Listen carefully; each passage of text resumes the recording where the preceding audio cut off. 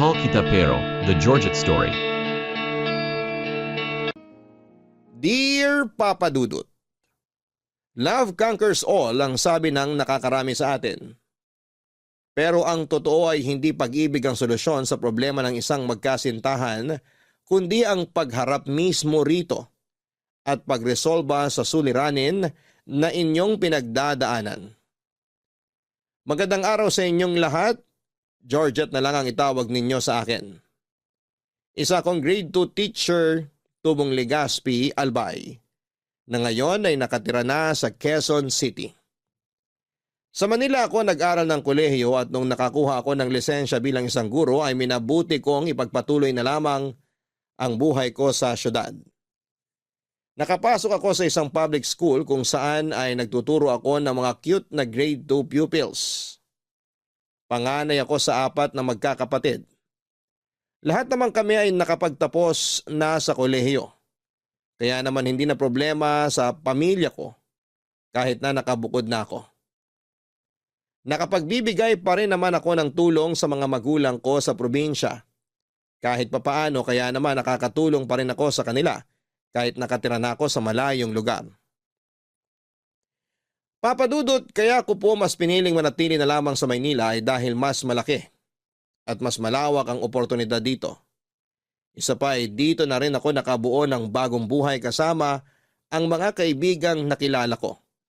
Sa lugar na ito na rin ako nakahanap ng pag-ibig sa pamamagitan ng co-teacher ko na si Tati.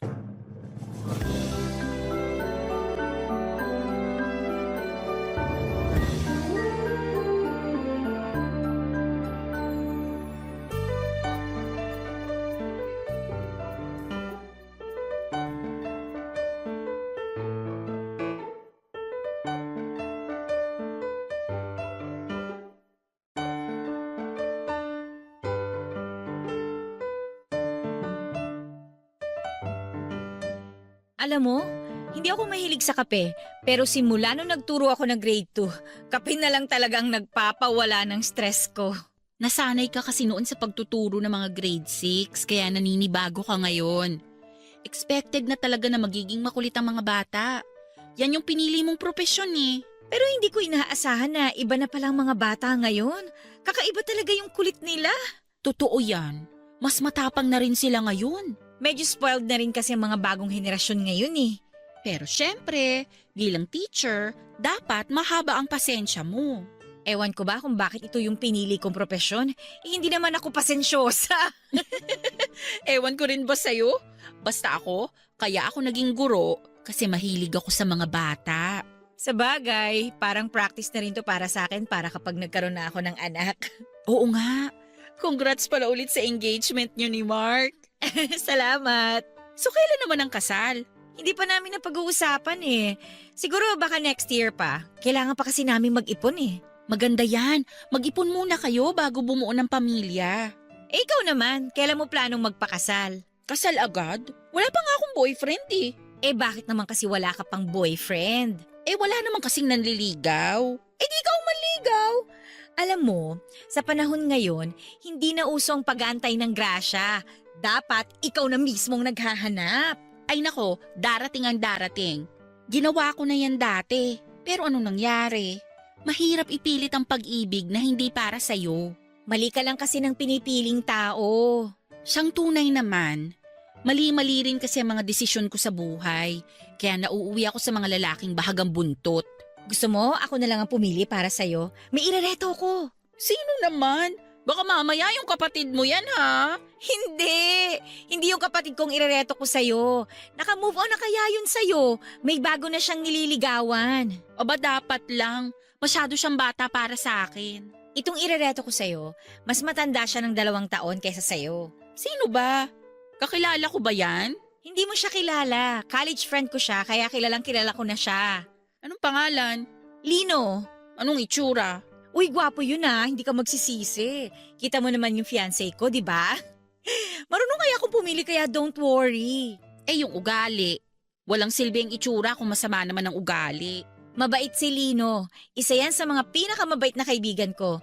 At saka bukod doon, matalino rin siya, responsable at mayaman. Too good to be true. Lahat ng ganyang lalaki may something eh. Kay Lino, wala. Nasa kanya na lahat. Girlfriend na nga lang ang kulang eh. Kung nasa kanya na ang lahat, bakit hanggang ngayon wala pa siyang girlfriend? Parang red flag yun para sa akin eh. Bakit magiging red flag yon kung hindi pa naman niya nahahanap yung taong para sa kanya? Oh, malay mo, ikaw na pala yun. Jesus! Ano, gusto mo try? Papakilala kita sa kanya. Pag-iisipan ko muna. Sige na, wala namang mawawala eh. Kung hindi kayo mag-click, edi maging magkaibigan na lang kayo, di ba? Okay din lang naman siyang maging kaibigan eh. O sige. Pwede naman. Subukan natin. Baka sakaling may mapala ako. G ka na mag-eyeball kayo? Basta safe, okay ako. Nice, safe na safe to. Hindi naman kita ipapahamak, no? Naku, basta siguraduhin mo lang ha. Oo naman! Excited ako para sa inyo!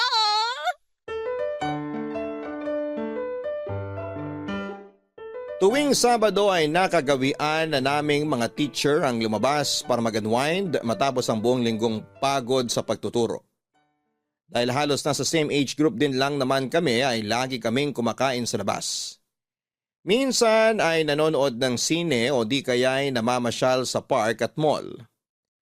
Isang Sabado ay inanyayahan ni Tati si Lino ang lalaking gusto niyang ireto sa akin para sumama sa isang dinner.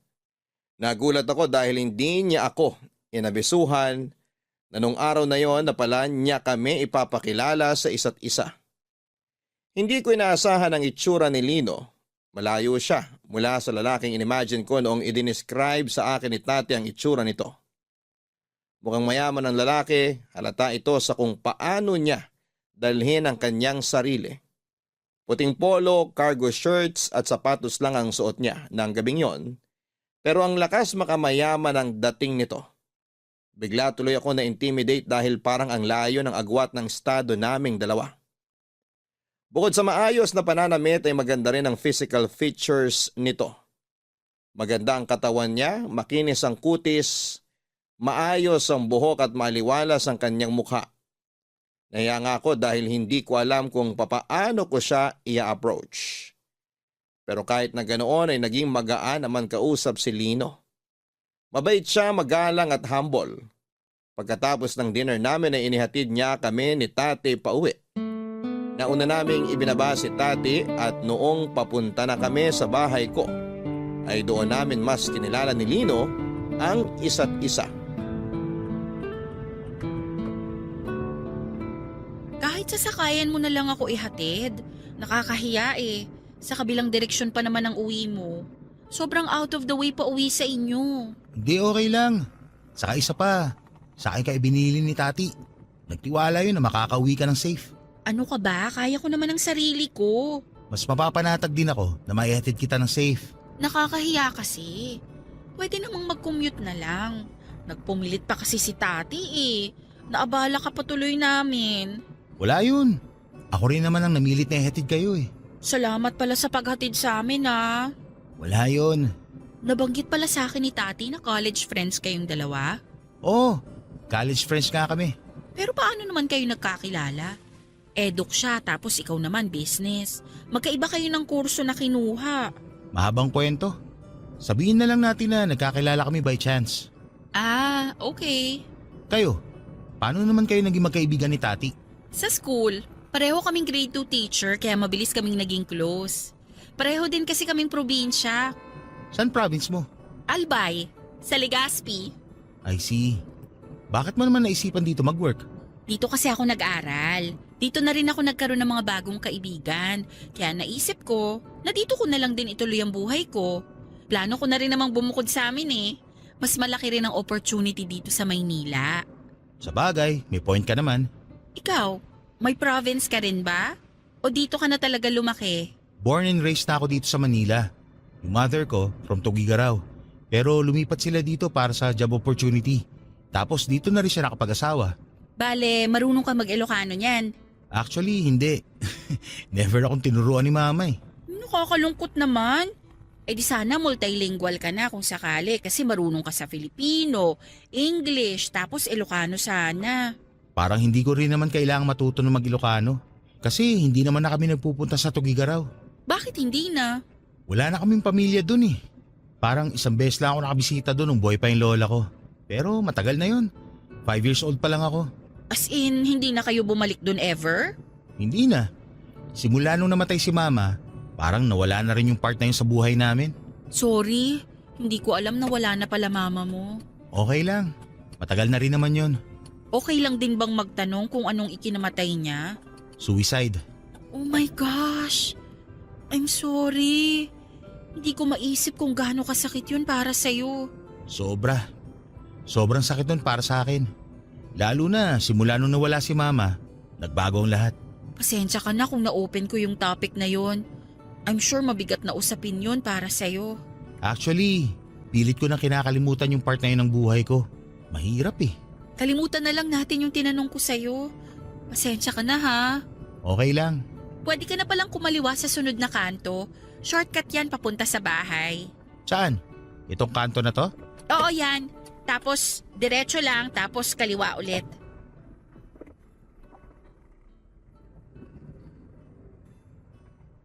Ayan, kahit dyan na lang sa tapat ng nakaparadang motor. Lalakarin ko na lang. Tong street na to. One way kasi palabas dito kaya bawal sumalubong. Okay na ako rito. Sure ka? Oo, malapit na lang naman yung apartment ko rito. Nakikita mo ba yung puting building na sumisilip dun banda? Yung may kulay blue na tuktok? Oo, yun nga. Doon ako nakatira. Ah, okay. O so paano? Salamat sa paghatid sa akin ha. No worries. Ingat ka sa paglalakad. Ingat ka rin sa pag-uwi. Maganda ang naging first impression ko kay Lino. Hindi ko ikakaila na sa unang pagkikita pa lang namin ay na-attract na ako sa kanya. Ang problema nga lang ay hindi ko alam kung nagustuhan din ba niya ako o baka na-turn off na siya sa akin. Pagkatapos kasi ng gabing yon ay wala nang nangyari. Hindi na niya ako kinontak at hindi na kami nagkita pang muli. Pakiramdam ko tuloy ay hindi siya interesado sa akin. Okay lang naman yon para sa akin kung sakali pero nakakababa pa rin ang confidence na hindi ako nagustuhan pabalik ng lalaking inireto sa akin. To be fair, expected ko naman na maaring mataas ang standards ni Lino dahil may karapatan naman siyang maging choosy. Kaya naman pagsapit ng Lunes nang tanungin ako ni Tati kung ano ang update sa pagitan namin ni Lino, ay wala akong ibang nasabi kung hindi kami para sa isa't isa. Isa lang akong hamak na teacher na hindi gaanong kataasan ang sinasahod samantalang si Lino ay galing sa mayamang pamilya. Hindi ko siya kayang sabayan. Nasa langit siya samantalang nasa lupa lamang ako. Hindi na ako umaasa at nagpatuloy na lamang ako sa buhay ko sa mga sumunod na araw. Hanggang sa hindi ko inaasahan ay bigla akong nakatanggap ng friend request. Sa Facebook galing ito kay Lino Papadudut. Nung nakita ko ang pangalan niya ay napatalon ang puso ko sa sobrang kilig. Agad kong inaccept ang friend request at in-stalk ang Facebook account ni Lino. Bagong gawa lamang ito at maliban sa profile picture ay wala nang ibang laman ang timeline niya. Ang paliwanag sa akin ni Lino ay natagalan daw siyang mag-reach out sa akin matapos ang unang pagkikita namin dahil noon lang daw siya nagkaroon ng time na gumawa ng Facebook account para makontak ako. Hindi raw niya nahingi ang contact number ko at nahihiya naman siyang kunin ito mula kay Tati. Kaya gumawa siya ng sariling Facebook account para mag-message sa akin. Matagal na raw kasing hindi gumagamit ng social media si Lino. Actually ay napansin ko na. Noong unang kita pa lang namin na wala ngang social media si Lino dahil sinubukan ko siyang hanapin online pagkatapos niya akong ihatid sa bahay. Noong tanungin ko kung bakit wala siyang social media, ayon sa kanya ay masyado raw itong toxic para sa mental health niya. Kaya naisip niyang umiwas mula rito. Mas peaceful daw na walang nang bubulabog sa peace of mind niya. Kaya naman dinelete na lamang niya ang lahat ng account niya. Labis ang tuwang nararamdaman ko nung muli kaming nagkausap ni Lino sa Facebook. Kahit papaano, nalaman ko Papadudot na interesado rin pala siya sa akin. Ilang linggo kaming nag-usap sa chat bago niya ako inaya ulit na magkita. Sa pagkakataong yon ay kaming dalawa na lamang at wala na kaming ibang kasama.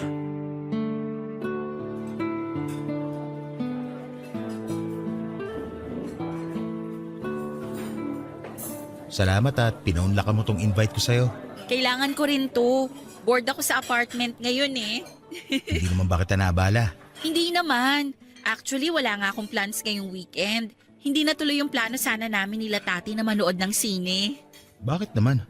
Hindi namin type yung mga palabas ngayon. Puro kasi action at horror. Ayaw daw nilang ma-stress kasi masyado nang ma-action at nakakatakot yung trabaho namin.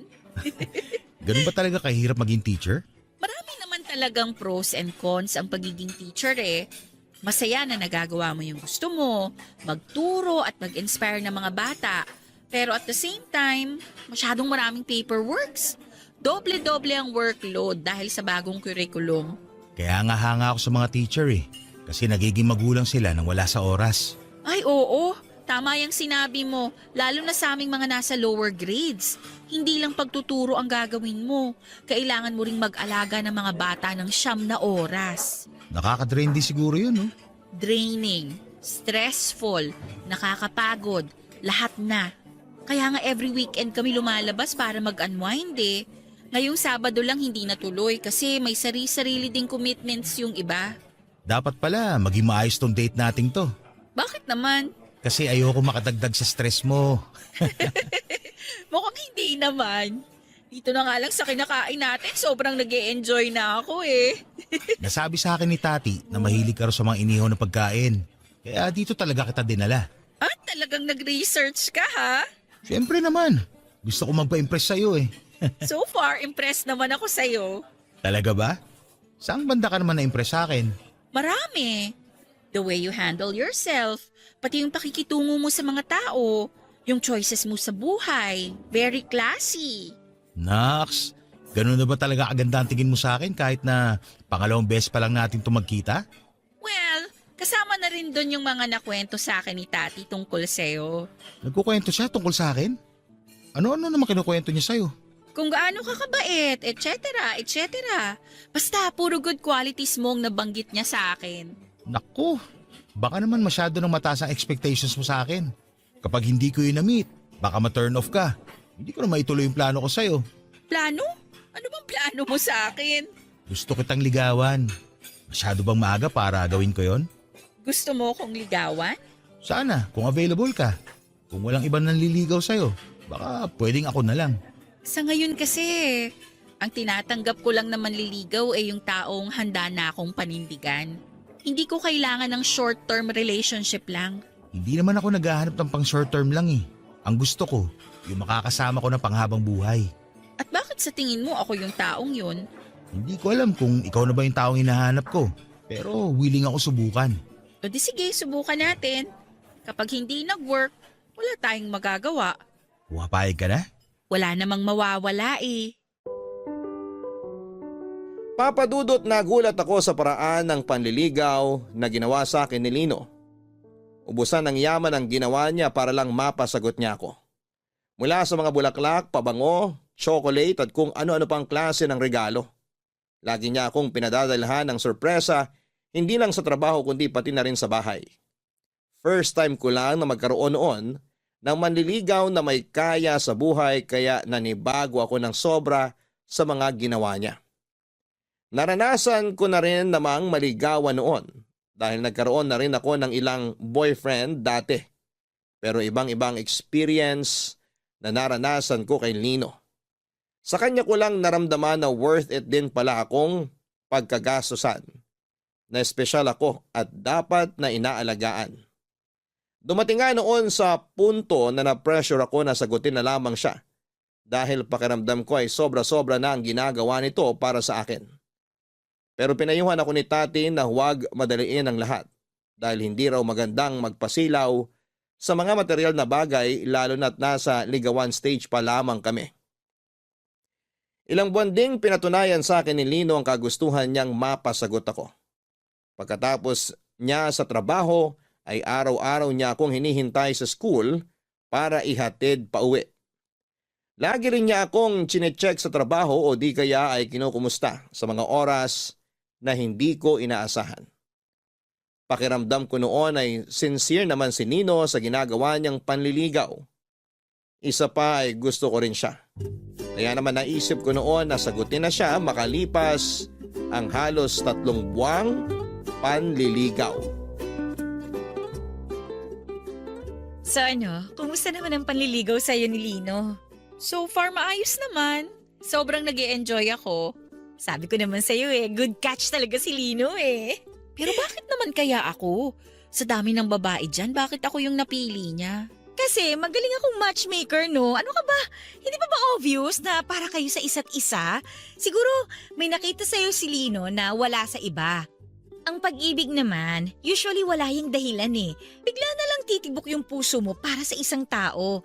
Yun ang patunay na kayo ang para sa isa't isa. Ganun ba yun? Oo naman, ganun talaga yun. Kaya huwag ka na maghanap ng dahilan, ano? O so, kailan mo naman planong sagutin si Lino? Di ko alam. Kapag sure na siguro ako sa kanya. At bakit naman hindi ka pa sure? Ano ka ba? Di ko rin alam Ano ba yan? Lahat na lang hindi mo alam. So ano na lang yung alam mo? Basta ang alam ko, mabait si Lino. Sincere siya sa ginagawa niyang panliligaw sa akin. Pero Pero ano? Pero parang too good to be true kasi. Para siyang mga leading man sa drama na sobrang perpekto. Hindi ko siya makitaan ng butas. Parang walang mali sa pagkatao niya. At bakit mo naman kasi siya hinahanapan ng butas o ng mali? Ano ka ba? Kasi ayokong mabuhay sa pantasya na perfect guy yung dinidate kong lalaki. Wala naman ganun. Walang perpekto sa mundo. Mas gusto ko yung natural na tao lang. Nagkakamali rin, nakakagawa rin ng kasalanan. Yung ganong tipo. Siyempre yung perfect life ang ipapakita sa'yo ni Lino kasi nanliligaw yung tao Dapat best foot forward lagi. Alam nga naman pakitaan kanya ng hindi maganda. Di hindi mo na siya sinagot pag nagkataon. Di naman ako ganong tao Malawak naman ang pangunawa ko. Ayoko lang na may itinatago pala siya sa aking ugali tapos kapag naging kami na, saka na lang lalabas yung totoong kulay niya. Wala yung tinatago. Maniwala ka sa akin kasi matagal ko na siyang kaibigan. Wala siyang sabit, wala siyang criminal record, walang cheating history, walang bagsak sa klase. May daddy issues ng slight pero tolerable naman yun. Daddy issues? Anong ibig mong sabihin? It's not my story to tell pero trust me, hindi yun makakaapekto sa pagsasama niyong dalawa. Kung sa bagay, sapat na rin siguro yung ilang buwang panliligaw niya para patunayan yung sarili niya sa akin, no? Ikaw, nasa iyo naman yun Kung nagdadalawang isip ka pa, mabuti rin na bigyan mo pa ang sarili mo ng panahon para mag-isip. Huwag ka magmadali kasi ang tunay na pagmamahal, makakapaghintay naman yan Sa tingin mo? Oo naman Kung pursigido talaga si Lino na makuhang mga kamay mo, dapat paghirapan niya. Dapat maghintay siya hanggang sa maging ready ka na. Para nang sa ganun, walang sisihang mangyayari, walang regret. Gusto ko rin kasi na kapag sinagot ko siya, may dahilan. Hindi ba dapat ang dahilan na yun dahil mahal mo siya? Mahal ko na siya actually, pero tati, hindi ko alam. Hindi ko alam talaga. Alamin mo muna yung sagot bago ka pumasok sa relasyon.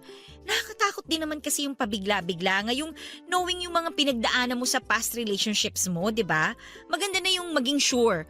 Pero sana lang kung sakali mang walang chance si Lino sa'yo, huwag mo na siyang paasahin ng matagal. Hindi naman sa walang chance. Ang laki ng chance niya sa akin. Sobra. Pero ayun nga, gusto ko lang din maging sure. Sobrang attracted ako sa kanya. Pero ayoko na yung attraction na yun lang ang maging rason kung bakit ko siya sasagutin. Basta, good luck sa inyo. Gusto ko lang na malaman mo na suportado ko kayong dalawa, anuman ang mangyari. Papadudot, matagal akong nangarap na magkaroon ng relasyon kung saan ay ako naman ang inaalagaan.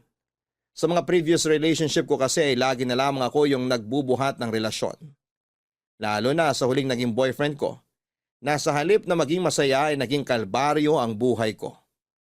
Imbis na mabigyan ako ng mga hindi malilimutang alaala ay puro mapapait na alaala ang iniwan sa akin ng ex ko. Nahulog kasi ang loob ko sa isang manipulative na sad boy. Tuwing nakagagawa siya ng kasalanan, ay madali lang niyang napapaikot ang ulo ko sa pamamagitan ng panggagaslight sa akin at paggamit ng maalam magpakailanman na kwento ng kanyang pamilya. Galing kasi siya sa hirap, breadwinner ng pamilya nila at nagsumikap na may taguyod ang 4 niyang kapatid. Magaling siya sa parting yon pero hindi yon rason para gawin ang ginawa niya sa akin. Harap-harapan kasi niya akong niloko at nagpaloko naman ako. Mabuti na lamang at nandyan ang kaibigan kong si Tati para ipaalala sa akin kung ano ang tama at mali. Nung natauhan ako ay nakipaghiwalay na ako sa kanya at tuluyan ko na siyang ibinaon sa limot.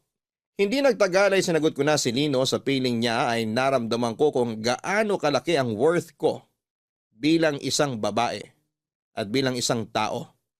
Sa kanya ko naramdaman na karapat-dapat din naman pala akong irespeto, alagaan at mahalin. Pwede rin naman pala na ako ang binubuhat sa relasyon. Si Lino ang boyfriend na hinahanap ng karamihan. Siyang tipikal na boyfriend material na gusto ng lahat. Naging maganda ang unang 5 buwan ng relasyon namin pero sa pagtagal ay unti-unti kong napansin na ang tila ba perpektong ugali ng boyfriend ko ay hindi pala ganoon kalinis katulad ng gusto nitong palabasin. Papadudot mabuting boyfriend si Lino. Lahat ng parte niya bilang boyfriend ay nagagampanan niya ng maayos. Araw-araw niyang ipinaparamdam sa akin ang pagmamahal niya at never siyang nagkulang sa oras, effort at intimacy sa akin. Sa katunayan ay ipinakilala pa nga niya ako sa mga kaibigan niya na bagamat medyo alta ang estado nila ay very welcoming naman sila sa akin. Ang problema nga lang ay merong certain lifestyle si Lino na minsan ay hindi ko nagugustuhan lalo na kapag nasobrahan. Party goer si Lino, during weekends ay palagi siyang lumalabas kasama ang kanyang barkada para magbar hanggang sa magdamag. Inaaya naman niya akong sumama sa kanila pero dahil hindi maganda sa isang teacher ang mag-inom at hindi rin naman talaga ako umiinom ng alak ay lagi akong tumatanggi sa imbitasyon niya sa akin. Hindi naman po ako mahigpit bilang girlfriend. Sa katunayan, okay lang sa akin na nakikipag-inuman siya tuwing Sabado at Linggo dahil deserve din naman niyang magpahinga matapos ang nakakapagod na trabaho. Panatag ang loob ko na payagan si Lino na lumabas dahil mapagkakatiwalaan naman ang mga kaibigan nito. Hindi sila enabler pagdating sa pambababae at panluloko. Minsan nga kapag lasing na't hindi na makapag-update sa akin si Lino ay mga kaibigan niya mismo ang nagme-message sa akin kung nakauwi na ba sila o hindi pa. Respectful sila at alam nila ang boundaries ng bawat isa. Pero ang problema kapag wala na sa wisyo si Lino dahil sa alak, may pagkakataon na nagmamaoy siya. Tuwing lasing siya ay may mga bagay siyang nababanggit na kinagugulat ko dahil never niya itong inopen sa akin. Katulad na lamang ng isang Sabado sa halip na sa kanila umuwi, ay sa apartment ko inihatid si Lino ng mga kaibigan niya.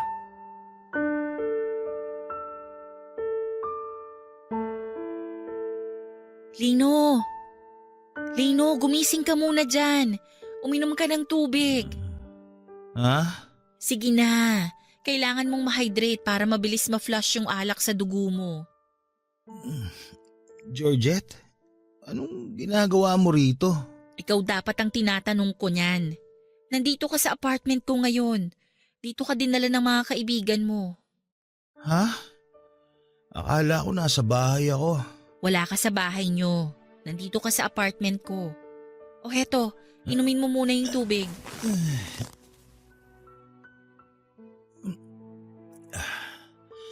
Salamat.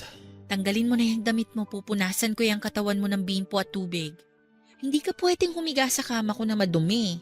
Dito na lang ako matutulog sa sofa. Bakit pala dito ako dinala ni Eric? Hindi ko rin alam. At hindi ka pwedeng matulog dito kasi hindi ka kasya rito sa sofa. Wala, sige, alisin mo na yung shirt mo. My gosh, Lino naman. Ako na nga lang mag-aalis. Iinom-inom kasi tapos hindi naman pala kaya. Taas mo yung kamay mo.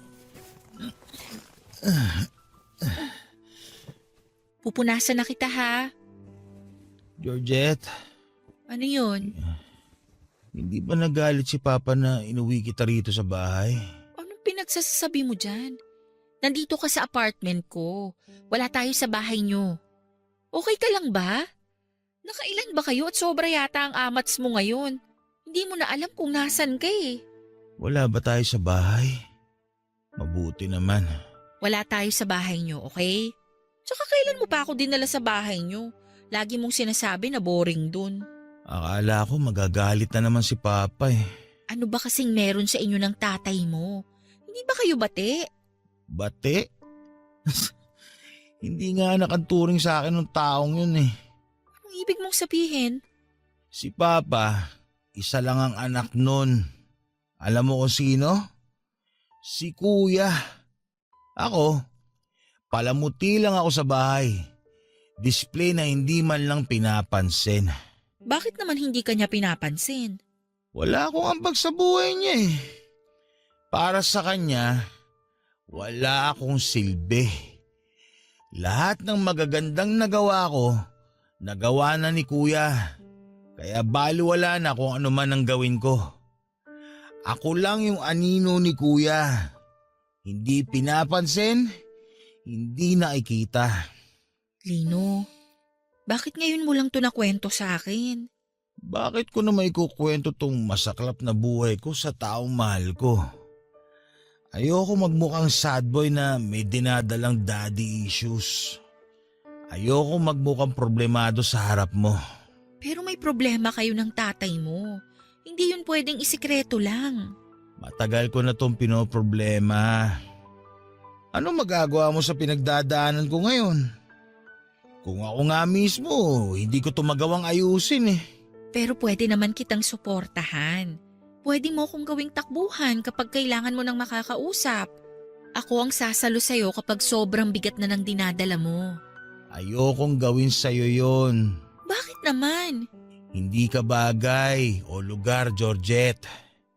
Nasaka ko lang pupuntahan kapag masama ang loob ko o kapag kailangan ko ng tulong. Girlfriend kita.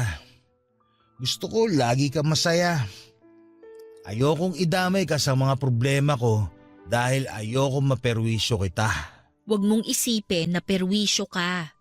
Mas mapapanatag ako kapag aware ako sa pinagdadaanan mo. Lalo na kapag alam ko naman sa sarili ko na meron akong maitutulong sa'yo. Girlfriend mo ko at natural lang na makasama mo ko hindi lang sa saya, pati na rin kapag down ka. Kaya Lino, kung ano man ang... Ay, naku. Kung alam ko lang na may ganitong klasikang problema na pinagdadaanan.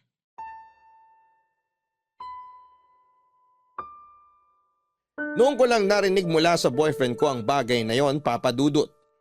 First time ko lang kasing makita ang vulnerable side ni Lino. Hanggat maaari kasi, ayaw niyang nagpapakita siya sa akin ng kahinaan.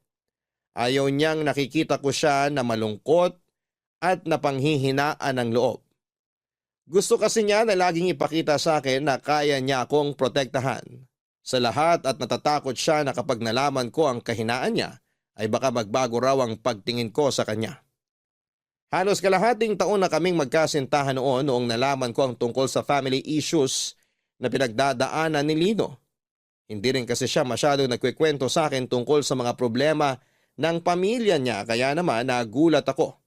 At sa parehong pagkakataon ay nakaramdam ako ng awa para sa kanya. Kailanman ay hindi ko naranasan ang magkaroon ng pabayang magulang.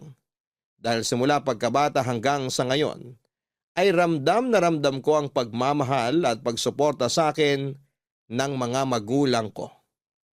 Noong gabi ding yun ay nag-gets ko na kung bakit sa halip na sa bahay nila ay sa akin inuuwi si Lino ng mga kaibigan niya. Mas magandang sa akin na muna siya umuwi habang lasing ito dahil baka mas lalo lang lumala ang problema nila ng kanyang ama kapag doon pa siya umuwi. Kinaumagahan noong nahimasmasan ay walang maalala si Lino sa mga nangyari o napag-usapan namin noong gabi. Ni hindi niya alam na sa akin siya umuwi. Gusto ko man siyang tanungin tungkol sa mga problemang isinare niya sa akin ay ayoko namang manghimasok sa buhay niya. Kaya hinantay ko na lamang siyang mismo ang mag-open on sa akin. Sa halip ay si Tati na ang pinagtanungan ko tungkol sa nakaraan ni Lino. Tati, may tanong ako sa'yo. Ano yun? Kapag may nalaman kang meron palang malaking sikreto na tinatago sa'yo yung boyfriend mo, anong magiging reaksyon mo? Depende kung anong klaseng sikreto yun. Kung may iba siyang babae, syempre magagalit ako, no? Kung nalaman kong bakla pala siya, magugulat ako. Kung ang sikreto naman niya may malubha siyang sakit, dadamayan ko siya. Wala sa mga nabanggitang sikreto ni Lino. Teka, may sinisikreto sa'yo si Lino? Kala ko random question lang yun. May nalaman ako recently tungkol sa kanya. Ano naman yun? Hindi pala sila nag-uusap ng tatay niya? Parang may malalim silang alitan? Yun ba? Alam mong tungkol doon? Matagal na niyang problema yan. Kung may isang bagay man na red flag kay Lino, yun na yun. Yung problema niya sa tatay niya. Paano mo alam ang tungkol doon samantalang ako, hindi man lang niya nababanggit sa akin na hindi pala sila in good terms ng tatay niya? Matagal na kaming magkaibigan ni Lino, di ba? Malamang alam ko yung buhay niya nun. Bakit hindi mo man lang sinabi sa akin? Wala naman ako sa lugar para mag-share ng personal na buhay ng ibang tao. Tsaka isa pa, kala ko na-resolve ng tungkol doon kasi sobrang tagal na nun eh. Tsaka nakita ko namang nagbago na si Lino, kaya kala ko wala ng problema. Nagbago? Paanong nagbago? Ganito kasi yun. College friends kasi kami ni Lino, di ba? Oo. Tapos? Nakwento na ba niya sa'yo kung paano kami nagkakilala at naging magkaibigan? Hindi. Wala pa siyang nakukwento tungkol sa inyo. Nakilala ko si Lino dahil muntik na siyang magpakamatay. Magpakamatay? Actually, hindi muntik. Nagpakamatay talaga siya. Ano? Ganito, bago kami nagkakilala niyan, parang kamamatay pa lang yata nung nanay niya nun eh. Nagtatago ako nun sa rooftop ng Eduk Building nung nakita ko siya. Nagtatago? Ano namang ginagawa mo sa rooftop at nagtatago ka dun? Nagtatago ako para magyosi. Nagyuyosi ka? Noon, nung college pa ako, pero natigil ko na yung bisyo ko na yon. Anyway, ayun nga, nadatnan ko dun si Lino na umiiyak. Nasa gilid siya ng rooftop. Alam mo yung eksena sa mga palabas na tatalo na sa gilid ng building? Ganong eksena yung nadatnan ko sa rooftop. Tapos, anong ginawa mo? Sabi ko sa kanya, kung tatalon siya, magantay lang siya ng 5 minutes, ubusin ko lang yung yosik ko, tapos pwede na niyang gawin ko anong gusto niyang gawin. Ano? Ganon ang sinabi mo sa kanya? Hindi mo man lang siya tinulungan? Grabe ha? Hindi ko naman kasi siya kilala eh. Nung college ako, medyo hindi rin kasi maganda yung ugali ko. Pero past is past, nagbago na ako no. Kaya kako, patapusin muna niya ako magyosi bago siya tumalon. Baka kasi mamaya mapagbintangan pa akong nagtulak sa kanya kung sakali no. Tapos, obviously, hindi siya natuloy kasi buhay pa siya ngayon. Natuloy yun, tumalon siya. Diyos ko! Totoo? Oo, hindi ko naman inaasahan na tututuhanin pala niya yun eh. Akala ko nag-iinarte lang siya. So yun nga, tumalon siya. Mabuti na lang, napilayan lang. Parang 3 palapag lang naman yung Eduk Building eh. Tsaka sa baba nun, puro halaman na, kaya hindi ganong masama yung pagbagsak niya. Anong ginawa mo pagkatapos? Siyempre, naganap na ako ng tulong para maklear ko kagad yung pangalan ko at sabihin na wala akong kinalaman sa nangyari. Tsaka baka mahuli ako nag-yosi no, masuspend pa ako. Kaya ginawa ko ang lahat para ma-divert yung attention sa kanya. Pero hindi pa rin nasasagot yung tanong kung paano kayo naging magkaibigan. Sinamahan ko siya sa ospital. Inakala kasi nila na magkaibigan kami eh. Wala naman akong choice, kaya yun, nagkunwari na lang akong kaibigan niya. Tapos dun sa ospital, nakita ko kung paano siya tratuhin ng tatay niya. Nagulat nga ako eh. May mga gano'n palang klaseng magulang. Muntik nang mamatay yung anak niya, pero parang wala lang sa kanya yung nangyari. Alam mo, naawa ko kay Lino, kaya habang nagpapagaling siya, sinamahan ko siya sa ospital hanggang naging close na kami. The rest is history, ika nga nila. Grabe! Ang dami ko palang hindi alam tungkol sa boyfriend ko. Pagkatapos namin maging close, nalaman ko na medyo rebellious siya sa pamilya niya. Kaya siguro may alitan sila nung tatay niya. So ayun, yun yung past ni Lino na alam ko. Papadudot, kahit naman nalaman ko ang totoong nakaraan ni Lino ay hindi pa rin nagbago ang pagtingin ko sa kanya. Sa katunayan ay mas naging relatable siya dahil si Lino ang patunay na walang taong perpekto sa mundo. Hindi lahat ng nais natin ay pwedeng mapa sa atin. Mas naiintindihan ko nga siya at sa parehong pagkakataon ay mas humanga ako sa kanya na sa kabila ng pinagdadaanan niya ay ginawa niya ang lahat ng makakaya niya para hindi ako idamay sa problema ng kanilang pamilya. Ganun pa man ay hindi ko maiwasang mag-alala sa kalagayan ni Lino. Para kasing nasa loob ang kulo nito na kapag na-trigger ay bigla na lamang sasabog. Lalo na kapag nahaluan na ng alak ang sistema niya. Mahirap na kapag nakatapat siya ng taong kayang manakit at baka mapahamak siya. Simula noong nalaman ko ang pinagdadaanan niya, ay sinubukan kong pagbawalang uminom sa labas si Lino. Pumayag naman siya at hindi ito naging issue sa kanya, ganon din sa mga kaibigan niya. Kapag gusto niyang uminom noon ay sa apartment siya nagpupunta at dala ang ilang bote ng alak. Sinasamahan ko siyang mag-inom habang pinagkikwentuhan namin ang tungkol sa buhay-buhay. Pero sa lahat ng mga bagay na napag-usapan namin, never niyang binuksan sa akin ang tungkol sa problema niya sa pamilya niya. Ginawa ko naman ang lahat para maging supportive na girlfriend kay Lino. Pero minsan ay may mga bagay talagang nakasanayan na ng isang tao at mahirap na itong alisin sa kanilang pagkatao. Lalo na kapag ang punot dulo ng pag-uugaling yon ay hindi pa rin naaayos. Napagtanto ko kalaunan na ang sugat sa puso ni Lino ay sobrang lalim na at mahirap na itong hilumin pa. Sa mga sumunod na buwan ay naging maganda naman ang ugnayan namin ni Lino Papadudut. Sinubukan niyang umiwas sa pagpunta sa mga bar, pero hindi naglaon ay natuto siyang magsinungaling sa akin dahil doon. Hindi ko alam na pagkatapos pala niyang uminom sa apartment, sa halip na umuwi ay dumadaan pa siya sa labas para magpatuloy sa pag-inom. Nakwento yon sa akin ng isa sa mga kaibigan niya noong nagsumbong ito na inaaya raw siya ni Lino na uminom sa labas. Nagsorry naman sa akin si Lino noong kinumpronta ko siya tungkol sa ginagawa niya. Pinatawad ko siya at sinubukang alamin ang dahilan kung bakit niya nagawa sa akin ang maglihim. Tinanong ko siya kung masyado na ba akong nakakasakal. Hindi ang naging sagot niya. Inamin niya sa akin na hindi lang daw niya mapigilan ang sarili niya dahil alak na lang daw ang nakakapagbawa sa sakit na nararamdaman niya. Dumating noon sa puntong hindi ko na siya mapigilan at halos gabi-gabi na ang pag-inom ni Lino. May time na nga na pumapasok na siya sa trabaho ng lasing. Kahit na anong pilit ko ay ayaw sabihin sa akin ng boyfriend ko kung bakit siya nagkakaganon. Hanggang noon kasi ay ayaw pa rin niyang magkwento tungkol sa problema nila ng ama niya. Kahit na alam ko na ang tungkol doon. Masakit para sa akin na panoorin kung paano sirain ni Lino ang buhay niya. Unti-unting niyang napabayaan ang sarili niya, Papadudut. At para bang nawala na siya ng ganang mabuhay noon. At ang hirap para sa akin na wala akong magawa para matulungan siya. Hanggang sa dumating ang araw na kinakatakot ko. Naaksidente si Lino sa daan dahil sa kalasingan. Mabuti na lamang at walang ibang taong napuruhan sa nangyaring aksidente. Ganon din na hindi siya nasaktan. Nakapagpiyansa siya sa tulong ng kanyang ama.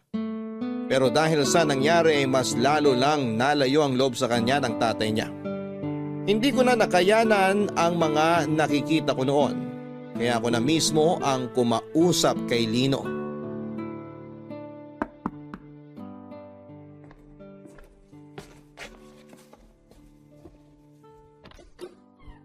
Surprise! Lino? Anong ginagawa mo rito? Bakit hindi ka nagsabi na pupunta ka rito sa apartment? Biglaan lang. Minadaanan akong cake shop kaya binilang kita ng cake. O, halika, pumasok ka. Salamat. Paupo ka muna. Para saan naman yung cake? Wala lang. Gusto ko lang mag-celebrate. Mag-celebrate naman ng ano. Wala namang may birthday ah. Tapos na ang monthsary natin. Anong isi-celebrate natin? I-celebrate natin kung ano meron tayo ngayon.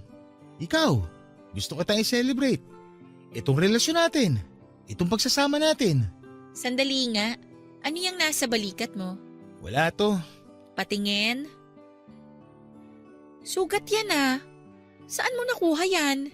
Huwag mo na tong isipin. Gasgas lang to. Lino, sabihin mo ang totoo. Nag-away na naman ba kayo ng tatay mo? Kaya ka nandito ngayon sa apartment ng ganitong oras? Wala namang araw na hindi kami nag-aaway. Ay, hindi nyo na ba talaga maaayos yung problema ninyo? Maayos ang alin. Yung tingin niya sa akin na parang basura lang? O yung fact na si Kuya lang ang tinuturing niyang anak sa aming dalawa? Lahat. Lahat ng problemang pasan-pasan mo dahil sa away nyo ng tatay mo. Hindi na ba natin maaayos lahat ng yun? Georgette, wala sa akin ang problema.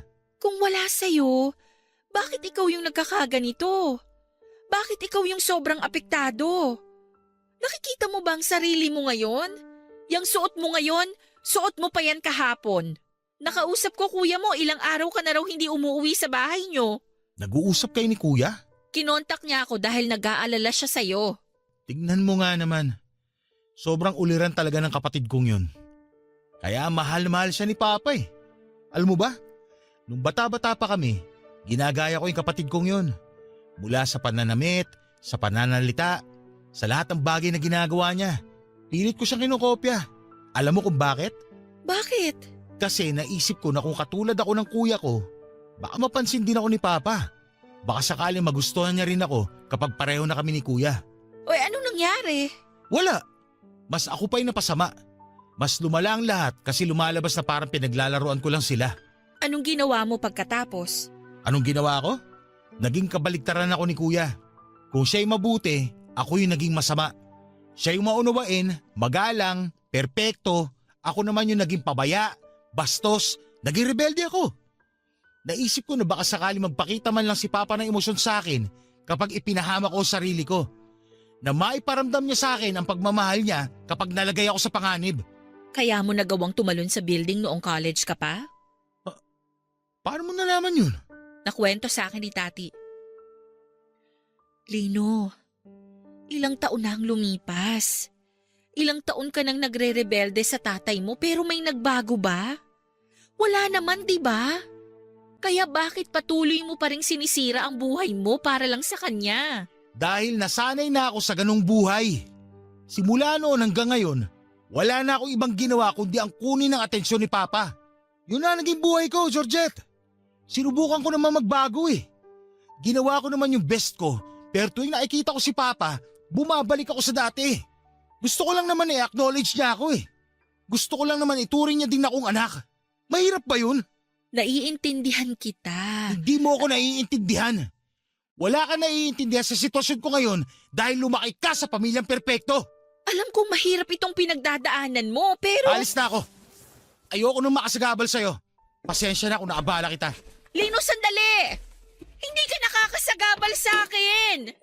Lino!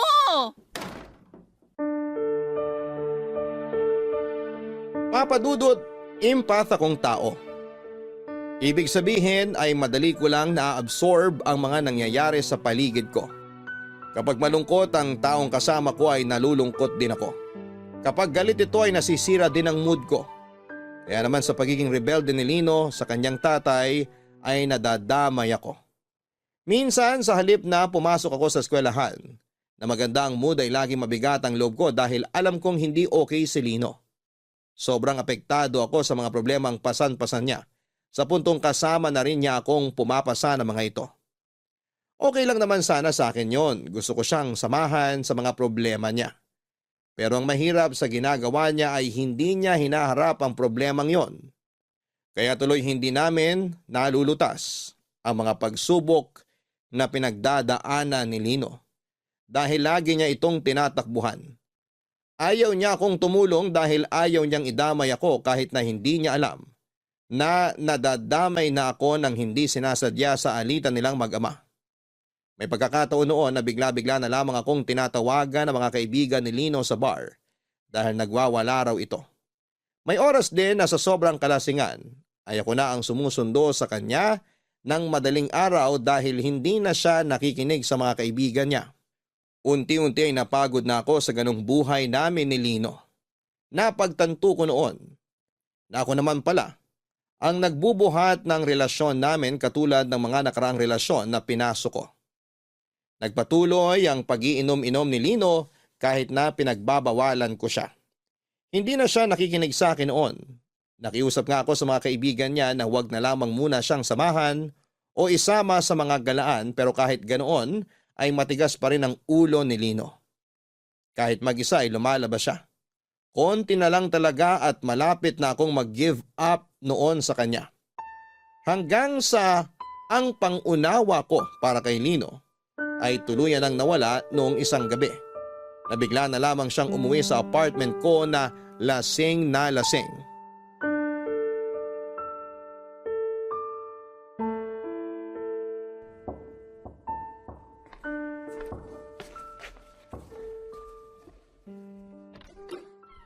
Lino? Georgette! Teka. Ah, Hoy! Okay ka lang? okay lang ako. Lasing ka na naman ba? Halika, pumasok ka. Saan ka na naman ba galing? Pasensya ka na kung dito ako dumiretso.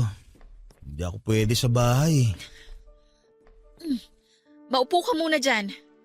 Sandali, kukuha lang ako ng tubig. Wag, dito ka lang muna.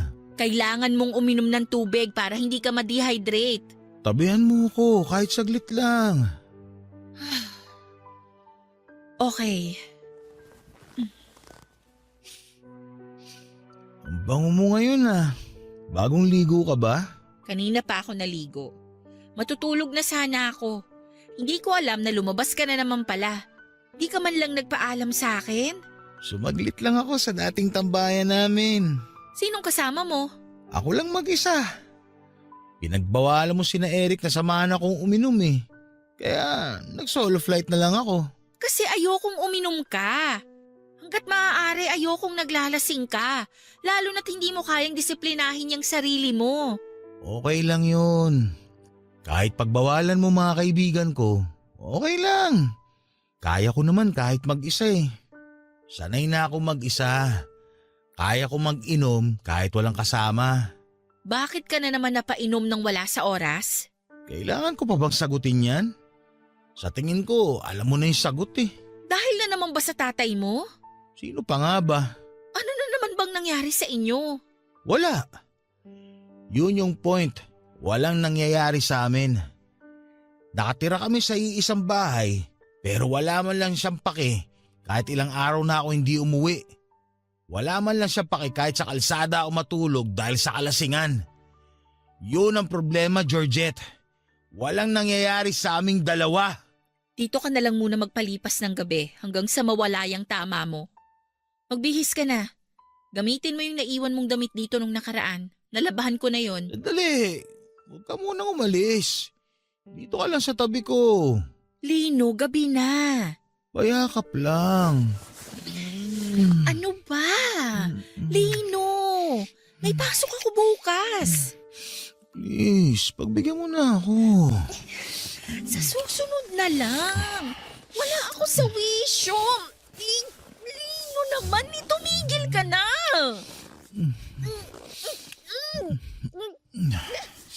Lino, Sige na. ko. Ayaw mo na ba sa akin? May iba ka na bang nagugustuhan? Bakit naman parang diring-diri ka sa akin? Lasing ka, Lino. Magpahinga ka na. Ito ang pahinga ko. Lino! Nasasakal ako. Ano ba? I love you, Georgette. Come on na, please, Lino. Ano bang ginagawa mo? Iniwan mo ako, please. Ayoko. Tigilan mo ako, Lino. Saglit lang naman eh. Mabilis lang to. Ayoko, Lino. Bitiwan mo ako. Nasasaktan na ako. Bakit? Dati naman natin itong ginagawa, di ba? Uy! Layuan mo ako. Hindi ikaw yan. Wala ka sa katinoan ngayon, kaya please. Huwag mong gawin to sa akin. Pero... Huwag kang lumapit sa akin. Tatawag na ako ng pulis. Pulis? Bakit? Anong ginawa akong mali? Umalis ka na, Lino. Tatawagan ko si Eric para sunduin ka. Georgette naman. Lino! Mahal kita ng sobra pero mali na tong ginagawa mo kaya tama na to. Umalis ka na! Sa puntong yon ay natakot na ako para sa sarili ko. Nag-iba na si Lino. Hindi na siya ang Lino na nakilala ko at minahal. Tuluyan na siyang nilamon ng galit na inaalagaan niya sa kanyang puso. Sa huling pagkakataon ay kinausap ko siya na hayaan akong tulungan siya sa problema niya. Pero katulad ng dati tuwing nahihimasmasan ay binabaliwala lang niya ang mga usapan namin tungkol sa kanyang ama. Bumabalik siya sa dati niyang ugali na sweet at mapagmahal na para bang bumabawi sa mga nagawa niyang kasalanan. Pero nung nakita kong wala talagang pagbabago sa ugali ni Lino, masakit man, ay ako na mismo ang nakipaghiwalay sa kanya. Ayaw ko man siyang iwan sa panahon kung kailan lugmok na siya. Pero hindi ko na talaga kayang sabayan ang buhay na pinili niya. Ayaw niyang magpatulong sa akin kaya hindi ko rin siya matutulungan. Naubos na lamang ako, Papa Dudut. Naubos na ang pasensya ko, ang pangunawa ko pati na rin yata ang pagmamahal ko sa kanya. Ang problema kahit gaano namin kamahal ang isa't isa, ay hindi maisasalba ng pagmamahal lang ang relasyon namin. Lalo na't punong-puno ito ng bagahe mula sa nakaraan. Masyadong mabigat ang mga problemang pinagdadaanan niya para baliwalain lamang ito. At hanggat hindi niya naaayos sa mga yon, ay minabuti kong lumayo na lamang muna sa kanya. Walang ibang makakalutas sa mga kinakaharap niya, kundi siya lang at umaasa ako noon na yon ang marirealize niya sa nangyaring hiwalayan namin. Mahal ko po si Lino pero mahal ko rin ang sarili ko at ayokong masira ang sarili ko dahil lang sa pagmamahal ko sa kanya. Papa Dudut, hanggang dito na lamang muna ang bahaging ito ng sulat ko. Sa susunod na bahagi ng kwento ko ay malalaman ninyo kung anong naging pagpapatuloy ng pagsasama naming dalawa ni Lino. Maraming salamat po sa pakikinig ng aking kwento. Ang inyong forever kapuso at kabarangay, Georgette. May mga bagay talaga sa mundo na hindi kayang ayusin ng pagmamahal lamang. Minsan kahit gaano natin kamahal ang isang tao, ay may puntong mapupuno rin tayo lalo na't nakikita natin na hindi nila binibigyang halaga ang pagmamahal na ibinibigay natin sa kanila. Darating talaga tayo sa oras kung kailan kailangan na nating magsakripisyo para sa ikabubuti ng taong mahal natin, kahit ang kapalit nito ay ang pag-iwan natin sa kanila. Hanggang sa muli, ako po ang inyong si Papa Dudut sa mga kwento ng pag-ibig, buhay at pag-asa sa Barangay Love Stories number 1. Dear Papa Dudut, ako nga pala si Nathan, 35 years old. May nakarelasyon ako na mas bata sa akin ng 10 taon. Siya si Mika. Baka iniisip ninyo na mahirap makipagrelasyon sa isang taong malayong agwat ng edad sayo. Pero hindi totoo yon sa sitwasyon namin ni Mika. Excited nga ang naging relasyon namin dahil marami kaming natutunan sa bawat isa dahil sa pagkakaiba ng henerasyon. Mature din mag-isip si Mika kaya hindi ko kinailangang problemahin kung maintindihan niya ako sa tuwing nagkakaroon kami ng problema. Malambing at sobrang passionate din siya sa relasyon namin, Papa Dudut. Mga bagay na nagpabilis ng pagkakahulog ko sa kanya. Kaya nung umabot kami ng 1 taon sa relasyon namin, inaya ko na siyang mag-live-in. Hindi naman niya ako tinanggihan, Papa Dudut. Gusto na rin niya dahil sa mas praktikal yon para sa kanya. Malaki rin kasi ang maiipon niya kung magsasama kami sa isang bahay.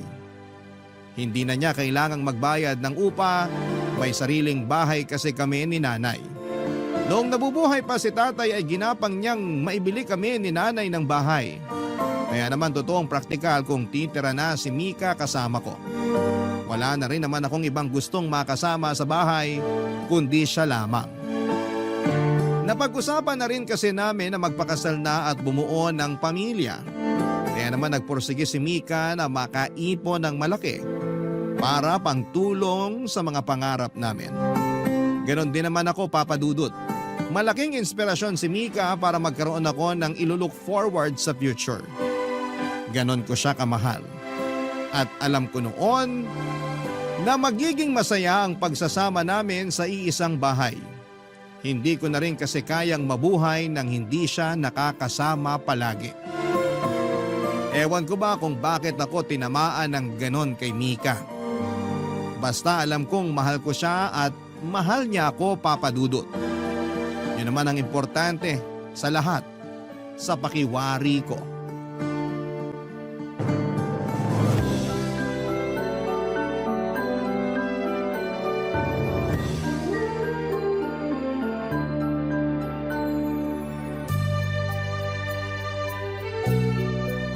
Ikaw, kanina mo pa tinitingnan ang mga nunal ko sa batok ha.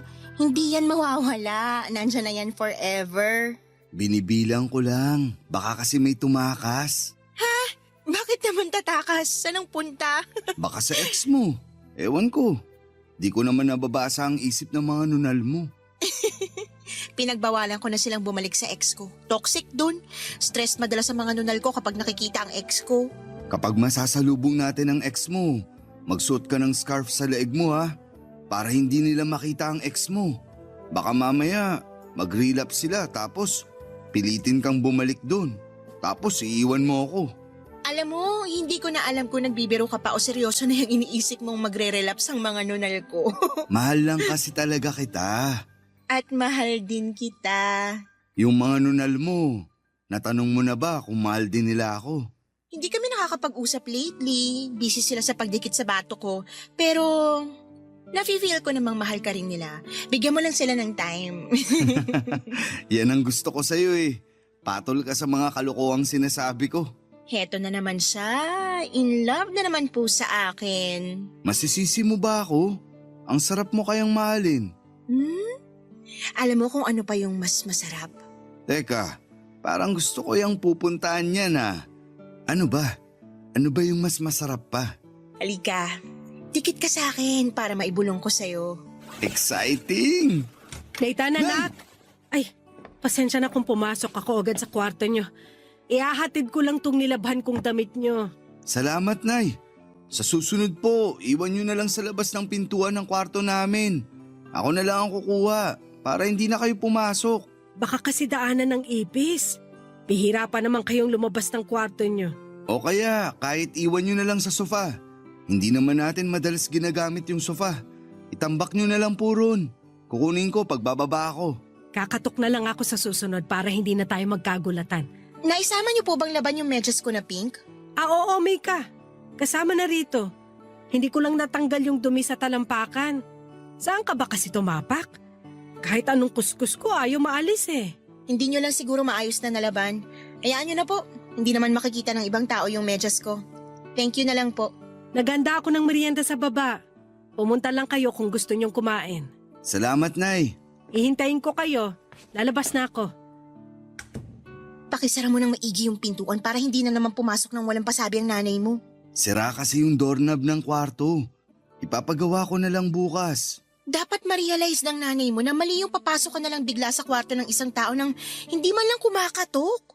Ganyan na kasi ang ginagawa ni nanay dati pa kapag nag-aatid ng labada sa akin. O kaya kapag may kailangan. 60 years old na kasi si nanay. Kung ano yung nakasanayan niyang ginagawa, mahirap nang baliin. Intindihin na lang natin. Paano kapag maabutan niya tayo nakahubad?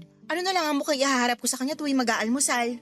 Hayaan mo, ipapagawa ko na yung saraduan ng pintuan. Mas magandang kausapin mong nanay mo. Hindi tamang ginagawa niya. Nakakairita kasi yung ganyan. Walang respeto sa privacy ng tao. Huwag nang masira ang mood mo. O sige, kakausapin ko mamaya si nanay. Pero wag mo sasabihin na ako nag-utos sa'yo ha. Baka mas lalo niya akong kainisan. Ha? Hindi naman naiinis sa'yo si nanay. Mabait siya. Ramdam ko kaya na ayaw niya sa akin. Malakas ang kutob ko. Hindi lang kasi kayo masyadong nag-uusap. Lagi kasi tayong nakakulong dito sa kwarto. Advantage ng work from home.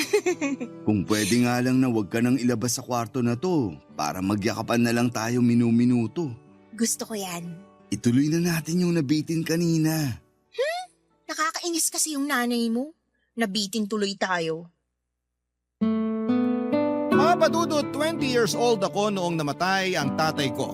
Bago niya kami iniwan, sinigurado niyang magiging komportable ang buhay namin ni nanay.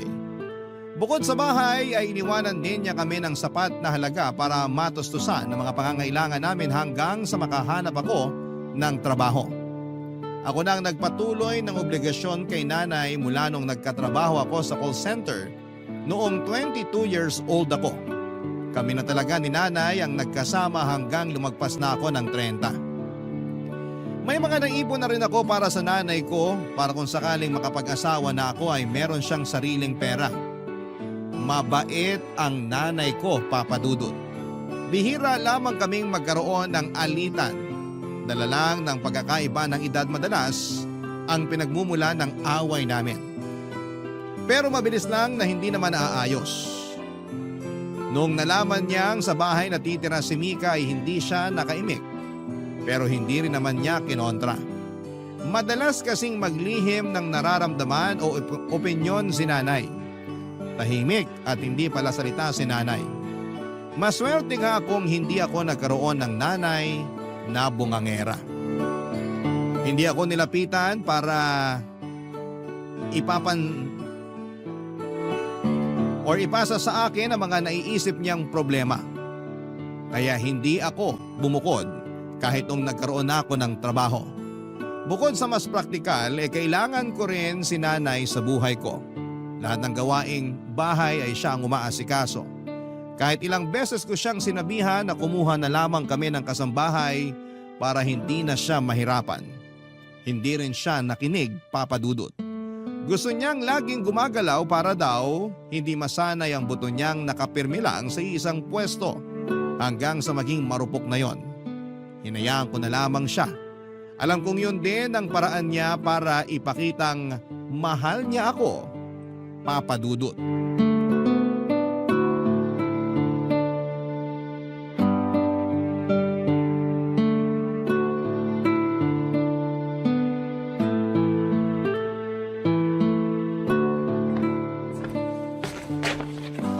Anak, Ano yun, Nay? asan si Mika? Lumabas po. Kinita yung kaibigan niya. Pabalik na ba siya o matatagalan pa? Mukhang mamayang gabi pa siya makakauwi. May kailangan po ba kayo sa kanya? Ikaw lang ang kailangan ko sana makausap tungkol sa kanya. May nangyari po ba? Hindi ko na kasi alam ang gagawin. Sabihin niyo na sa akin, Nay. Ano po ba yun? Kaya mo bang mapagsabihan si Mika na siya na lang ang maglaban ng panty niya? Hindi niyo na po ba kayang maglaban, Nay? Kasi pwede na talaga tayong kumuha ng kasambahay para hindi ka na rin mapagod. Kaya ko namang maglaba kahit maong na pantalon mo pa yan. Malakas pa ang mga kamay ko. Kaya lang, hindi ako komportable na nilalaban ng panty ni Mika. Pero maliit na piraso lang naman ang panty ni Mika. Hindi naman ganun kahirap laban yun. Naiilang kasi akong laban ng panty ng ibang tao. Nilalaban niyo naman po ang brief ko. Kasi anak kita. Magiging anak niyo na rin naman si Mika balang araw. Pero hindi ko siya kadugo. Nay, wag naman ganyan magsalita. Parang hindi niyo gusto si Mika. Hindi naman sa hindi gusto. Pero nagtataka lang ako kung paano niya nakakayanang ipalabas sa akin ang panty niya. Lalo na yung mga may tagus pa. Ibabad niyo lang yun para mawala yung dugo. Kinabukasan, pwede nang kusutin. Hindi mo naman ata naiintindihan ang ibig kong sabihin, anak. Sabihin mo na lang kay Mika na siya na ang maglaban ng sariling panty niya. Mabilis namang kusutin yun eh. Kahit ako na magtitiklop kapag natuyo na. Naku, Nay, baka magdamdam at mapaiya naman si Mika kapag sinabi ko yun. Bibili na lang ako ng washing machine. Meron naman yung maliit lang. Huwag yun nang isipin yung gastos. Kaya ko namang bilhin. Oh, sige, bahala ka. Ayoko na lang din kasing hawakan pa ang mga panty niya. Nung panahon kasi namin, kami ang naglalaban ng sarili naming panty. Lalo na nung nagdalaga na ako. Turo yun ang lola mo sa akin. Magkaiba po kasi kayo ng henerasyon ni Mika. Wala na kasing kaso ngayon kung ibang tao na ang maglalaban ng panty ng iba. Siguro nga magkaiba lang talaga kami ng nakalakihang dekada. Huwag niyo na lang din tong mababanggit kay Mika para hindi kayo magkatampuhan. Wala naman akong balak. Kaya nga sa'yo ako lumapit para magpatulong sa gagawin. Mabuti naman po. Kapag may iba pa kayong concerns kay Mika, idiretso nyo na lang po sa akin. Ako na lang ang gagawa ng solusyon. Huwag na natin siyang abalahin, lalo't laging puyat. Tapos ang dami pa niyang iniisip na problema. Ah, ganun ba? Sige anak, mas kaya namang kitang lapitan kaysa sa kanya. May iba pa po ba kayong gustong sabihin? May kailangan pa po bang gawin? Dapat na ba talaga tayo magpalit ng bigas? Sinabi kasi ni Mika sa akin na gusto niya ng brown o kaya red rice. Nagda-diet kasi si Mika. Saka mas maganda sa kalusugan ng ganyang klase ng bigas kaysa sa puti. Pero hindi ko gusto ang lasa ng brown o red rice. Makakasanayan nyo rin, Nay. Sa umpisa lang maninibago yung panlasa nyo. Masarap pa rin naman. Mas gusto ko ang puting bigas. Kahit ako rin naman. Pero unahin na natin kung saan kayo mapapabuti. Ako ba? O si Mika? Siyempre, para sa inyong dalawa. Ang makakabuti sa akin ay yung puting bigas. Doon ako magiging masaya. Alam mo namang mahilig ako sa kanin. Ganito na lang po. Bibili na lang ako ng brown o red rice ni Mika. Ituloy nyo pa rin yung white rice para sa inyo. Bibili rin ako ng isa pang rice cooker para sa bigas ni Mika. Ayos na po ba? Nasolusyonan ko na ba? Napaparami ng gastos mo anak. Hindi ba pwedeng sanayin na lang ni Mika ang kumain ulit ng puting bigas? Pasensya na po. Bibili na lang talaga ako ng bigas niya at rice cooker na extra para wala nang problemahin. Papa Dudut, napansin ko ang pagtatampo ni nanay nang hindi ko siya mapagbigyan sa mga sinabi niya. Pero binigyan ko naman siya ng magandang solusyon para hindi ko na kailangang mamili sa kanila ni Mika. Mahal ko ang nanay ko kaya handa rin naman akong pagbigyan at pakinggan siya. Pero mahal ko rin si Mika at ayokong magalit o magtampo siya sa akin kapag hindi ko kinuha ang panig niya. Kaya naman para lang walang reklamo ang bawat panig ay handa naman akong pagbigyan silang pareho sa bawat gusto nila. Hindi ko na rin pinabot sa kanilang reklamo o concerns ng bawat isa, Papa Dudut. Sa ganong paraan ay may iwasan ng gulo at tensyon. Napanatili ko naman ang kapayapaan sa ganung paraan pero may mga pagkakataon lang talaga na parang hindi sila mapagkasundo. Noong nalaman ni Mika na ayaw labhan ni nanay ang panty niya ay nagtampo ito sa akin. Lalo na noong nalaman niyang hindi i-hand wash ang kanyang panty.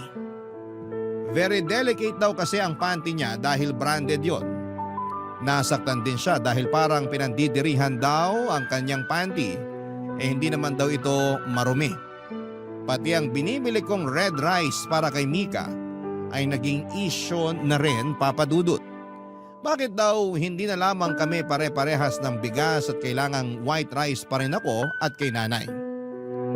Minsan naaminin kong nahihirapan na akong pakisamahan silang pareho, Papa Dudut. Pero mahal ko silang dalawa. Ayokong magalit sila sa akin. Ayokong wala isa man sa kanila sa buhay ko.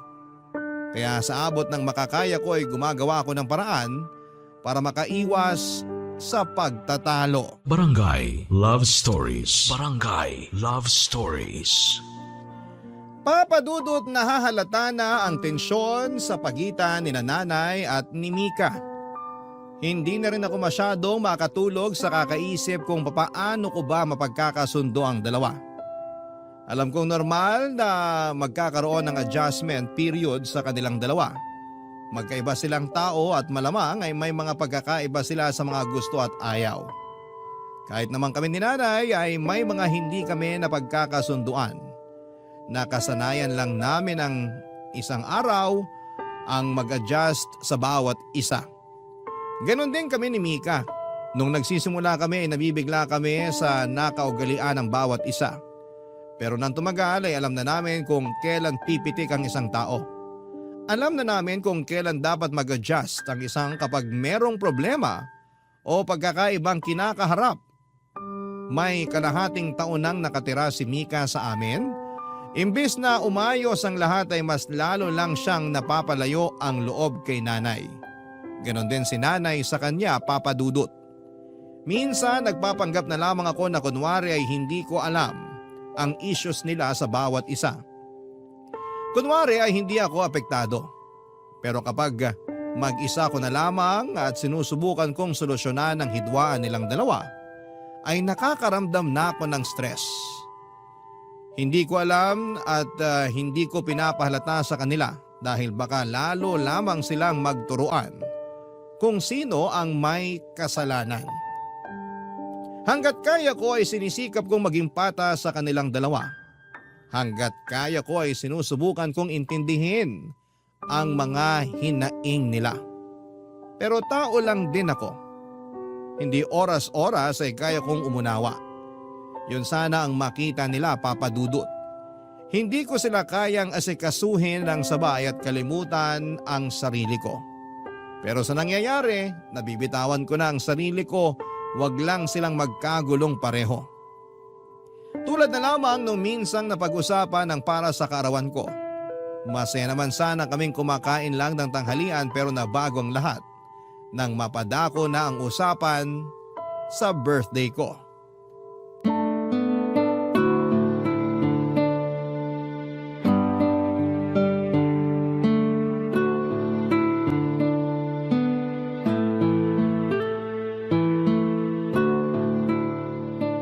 Masarap talaga tong pagkakaprito nyo ng tilapia, Nay. Buo pa ang balat. Crispy pa. Oo nga po, tita. Kapag nagpiprito kasi ako, dumidikit yung balat ng isda sa kawali. Ang sikreto kasi riyan e painiting maigi yung mantika at budburan ng konting harina ang mantika para siguradong hindi didikit sa kawali. Ah, ganun pala yon. Masubukan nga sa susunod. Perfect din tong mayonnaise na may halong bagoong. Mas masarap pa sana yan kung may isasabay kayong kamatis. Sayang hindi ko napansin na bulok na pala yung kamatis sa ref. Sa susunod na lang. Thank you, Nay. Ang perfect din ang pagkakaluto nyo ng bigas. Bagay talaga ang prito sa medyo basang kanin. Tapos mainit pa. Alam ko na kasi kung anong klaseng pagkakaluto sa kanin ang gusto mo eh. Yung red rice ko naman masyadong tuyo. Pasensya ka na, Mika. Hindi ko kasi gamay magsaing ng red rice. Buong buhay ko puro white rice ang niluluto ko para sa pamilya ko eh. Sinabi ko naman po sa inyo na bawat isang cup ng bigas dapat 2 cups ng tubig ang ihalo para hindi tuyo. Tsaka dapat pinapaabot ng 45 minutes ang pagluluto. Mas komplikado kasi itong iluto kaysa sa white rice. Hayaan mo sa susunod ayusin ko na. Subukan mo na lang munang tikman tong white rice na sinaing ni Nanay. Hindi ka magsisisi. Kailan mo ba ako nakitang kumain ng white rice? Oo nga pala Nathan. Birthday mo na pala sa katapusan. Tumatanda na ang anak nyo, Nay. Ipagluluto kita ng mga paborito mo. O-order na rin ako ng paborito mo sorbetes kina Manong Larry para mapagsaluhan ng mga bisita mo. Sabihan mo lang ako kung ilan ang iimbitahin mo para masakto ko sa ipapamalengke. Nay. Saka magsabi ka na rin. Kung rerentahan pa natin yung videoke ng kumari ko, baka maunahan tayo. Mas magandang maaga pa lang makapagbayad na tayo. Nay. Hindi mo pa ba sinasabi sa nanay mo? Sabihin ng alin. Sa Tagaytay po namin isi-celebrate ni Nathan ang birthday niya. Pwede bang dalhin doon yung mga lulutuin ko? Pati yung sorbetes na o-ordering ko? Ay hindi na po, may resto kaming pagkakainan doon. Para hindi na rin kayo maabala. Ang hassle din po kasi magluto ng maraming handa. Wala namang kaso sa akin eh.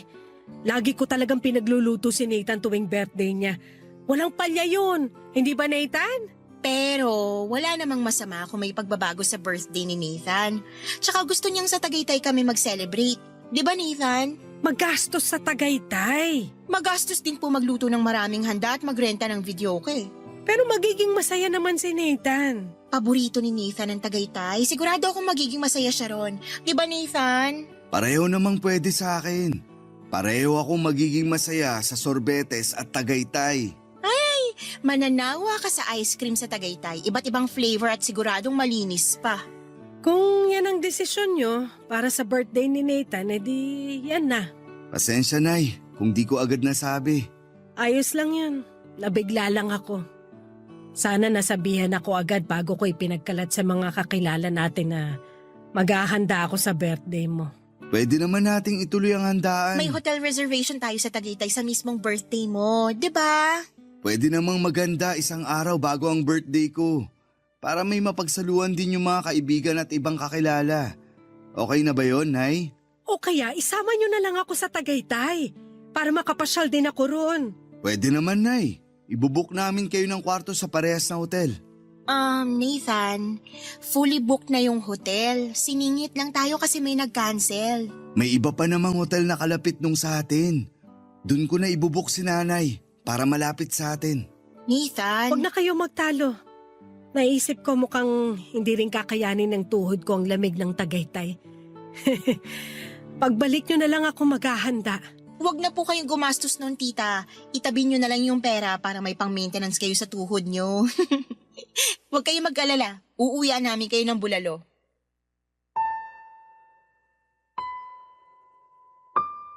Papa Dudut, hindi ako makatingin noon kay nanay dahil sa napag-usapan. Alam kong nagdamdam siya pero mas pinili niyang huwag ipahalata yon. Nakonsensya ako at hindi ko man lang inisip na tradisyon na namin ni nanay na ipaghanda niya ako tuwing birthday ko. Lalo na yung pag-order ng sorbetes. Noong bata kasi ako'y mahilig ako sa sorbetes na binebenta ng pamilya ni Mang Larry. Kaya sinisigurado ni nanay na makakakain ako at ang mga bisita ko ng sorbetes. Hanggang sa nagbinata na ako ay patuloy pa rin si nanay sa tradisyon na yon. Unang beses na hindi ako makakasama ni nanay sa birthday ko. Unang beses na hindi ko makakain ng sorbetes na bibilhin nito. Hindi ko maintindihan ang nararamdaman ko noon, Papa Dudut, at gusto kong makasama at makasalo si Mika sa birthday ko sa Tagaytay. Aminado akong na-excite ako para doon kaya hindi ko na naisip kaagad na gustong maghanda ni nanay para sa akin tulad ng dati. Sinubukan ko namang remedyohan yon sa pag-suggest na maghanda pa rin si nanay pero sa ibang araw na lang. Pero tinanggihan nga yun ni nanay at sinabing hindi na kailangang gawin. Nagbiro pa ito at sinabing ipapa-reserva na niya sa akin ang next birthday ko para matuloy na ang tradisyon naming handa at sorbetes. Isang gabi bago kami bumiyahe ni Mika sa Tagaytay ay pumasok si nanay sa kwarto. Nakaharap ako sa cabinet noon at inaayos ang babauning kong damit. Nagkataon na nasa banyo sa ibaba si Mika at naninigo. Kaya malayang nakapasok si nanay sa kwarto. Nahiya pa nga ito na pumasok nang hindi na naman kumakatok. Nakasanayan na kasi niya. Hindi naman yung problema sa akin, huwag lang sigurong matsyempohan na nandun si Mika dahil baka masamain na naman niya ang bagay na yon, Papa Dudut.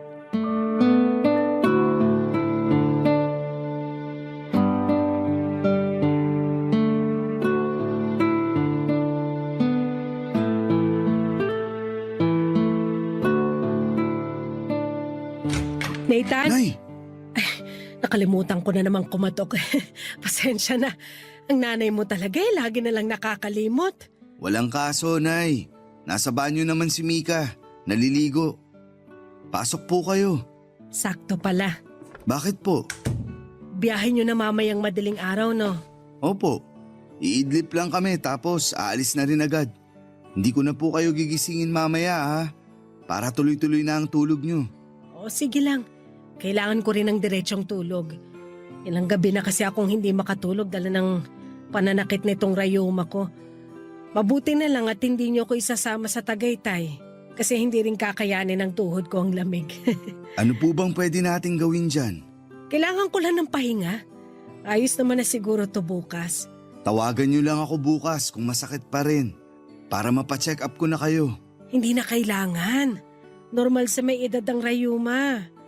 O heto nga pala, may bibigay ako sa'yo. Ano po yun? Konting pera lang. Regalo ko sa birthday mo. Naku, Nay, wag na. Itabi nyo na lang. Ipangbili nyo bukas kung ano man ang gusto nyong kainin. Ilibre nyo ang mga kaibigan nyo para masamahan kayo rito. Hindi na. Pasadya ko talaga ito para sa'yo. Kunin mo na. Ipangbili mo ng pinakamasarap na sorbete sa Tagaytay. Ikain mo na lang din ako. Nay! Kunin mo na to. Para kahit papano matuloy pa rin ang tradisyon natin sa sorbete sa kaarawan mo. Salamat, Nay. Babawi ako sa inyo pagbalik. Hindi na kailangan. Ilang beses ka nang bumawi sa akin. Gusto ko lang mabuhay pa rin ang tradisyon natin sa Sorbetes. Uuwi kami agad, Nay. Makakasalo niyo pa kami sa hapunan. Salamat naman kung ganon. Nathan! Tita, nandito pala kayo sa kwarto namin. Dumaan lang ako para kunin kung may labada pa kayo para malaban ko na bukas. Iniwan ko po sa banyo yung t-shirt tsaka shorts na ginamit ko kanina. Pakikuha na lang po. O sige, mag-iingat kayo bukas ha. Balitaan niyo ako kapag nakarating na kayo sa Tagaytay. Opo, Nay. Matulog na po kayo para maipahinga na rin ang rayuman niyo. Mabuti pa nga. Happy trip sa inyo mamaya. Salamat po, Nay. Lalabas na ako. Kumatok bang nanay mo bago pumasok dito? Oo naman. Sinanay pa ba? Akala ko kung basta-basta na lang pumasok dito eh. Mika, may sorbetes ba sa restaurant na kakainan natin? Meron naman. Bumili tayo ha. Bakit pa? Ang lamig sa Tagaytay. Mainit na kape dapat ang piliin mo. Gusto ko kasi ng sorbetes. Ang tanda mo na para sa sorbetes. Matulog na tayo. Maaga pa tayong babiyahe mamaya. Ay, pakitext nga palang nanay mo. Pakisabi, kumukulay yung t-shirt ko sa banyo. Ihiwalay niya paglalabhan. Lumabas ako ng kwarto para kunwari ay bibilinan si nanay tungkol sa t-shirt ni Mika na kumukulay. Pero nagtungo ako sa banyo para kunin ang t-shirt na yon at ako na mismo ang magbababad. Hinintay ko na lumabas ang kulay at saka iniwan na sa banyo para makita ni nanay na kumukulay yon. Ayoko na rin kasing istorbohin pa si nanay lalo't kailangan niyang magpahinga. Hindi na ako nakatulog kahit nakahiga na kami parehas ni Mika. Iniisip ko pa rin si nanay. Naaawa ko sa kanya dahil maiiwan siyang mag-isa sa bahay sa mismong birthday ko. Iyon ang unang beses na magiging mag-isa siya sa bahay sa birthday ko. Alam kong malulungkot siya pero hindi ko na rin kasi alam ang gagawin. Gustuhin ko man siyang isama sa Tagaytay pero tinanggihan na niya at gusto rin ni Mika na masolo ako. Hindi ko na alam kung saan ako lulugar. Nahihirapan ako. Sa biyahe pa lang namin ay napansin na ni Mika na parang hindi ako masaya. Nagtanong siya sa akin pero sinabi kong kinulang lamang ako sa tulog. Hindi naman na muling nagtanong si Mika.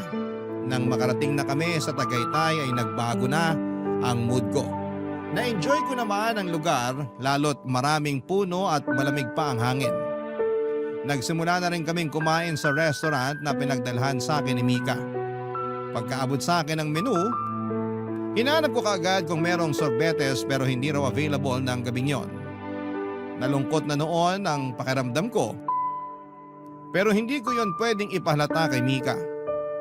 Kaya naman after namin kumain sa resto ay nakiusap ako kay Mika na dumaan kami sa isang 24/7 convenience store para makabili kahit na anong klase ng ice cream. Pinagbigyan naman niya ako. At bago matapos ang birthday ko ng gabing yon ay napangiti ako dahil nakakain pa rin ako ng sorbetes. Papadudot, natuloy pa rin ang tradisyon namin ni Nana. Barangay Love Stories. Barangay Love Stories. Papadudot pagkabalik namin ng bahay mula sa Tagaytay ay mainit kaming sinalubong ni nanay. Niyakap ako nito agad at nagtanong kung nakakain na ba ako ng sorbetes. Sinabi kong oo at pinakita ko sa kanya ang picture ng sorbetes na kinain ko. Natuwa naman si nanay. Mas lalo siyang natuwa nang sinabi kong gusto kong umorder ng sorbetes kay Mang Larry para mapagsaluhan namin. Agad niyang pinuntahan si Mang Larry para bumili ng sorbetes. Napailing na lamang si Mika. Gastos lang daw ang pagbili ng sorbetes dahil hindi naman siya kumakain noon. Sinabi ko na kami lang ni nanay ang kakain para pangbawi ko sa kanya sa birthday ko. Nagkibit balikat na lamang si Mika at saka nagtuloy nang pumasok sa kwarto namin para ituloy ang pahinga niya. Ako naman ay hinintay na makabalik si nanay para magkwentuhan kami papadudot. Nang nakabalik na si nanay, pinagtimpla niya ako ng kape at saka nakipagkwentuhan sa akin sa kusina. Hintay na lang daw namin ang sorbetes dahil i-deliver na lang daw mamaya. Nagtanong siya tungkol sa Tagaytay. Hindi pa kasi nakakapunta si nanay doon. Tuwang-tuwa siya na nakikinig. Ang sabi niya sana sa susunod ay makasama na siya. Ngumiti ako. Yun naman ang pinangako ko sa kanya at maglalaan ako ng oras para maipasyal siya sa Tagaytay. Tuwang-tuwa si nanay, panay ang palakpak niya. Nagtanong pa siya kung gaano kakapal ang dapat niyang isuot pangontra lang sa kanyang rayuma. Napangiti na lamang ako sa kasimplihan ni nanay. Hindi yun nagbago simula pagkabata ko. Nasa kalagitnaan kami ng kwentuhan nang marinig kong lumabas na si Mika sa kwarto namin. Nagdadabog ito at mukhang galit. Sa biyahe pa lang namin pauwi masama na ang pakiramdam nito at hindi maayos ang mood. Kaya alam kong konting pitik lang ay magwawala na ito. Nangyari nga. Sinugod niya kami ni nanay sa kusina habang hawak ang isang kumupas na kulay itim na shorts. Papa Dudut.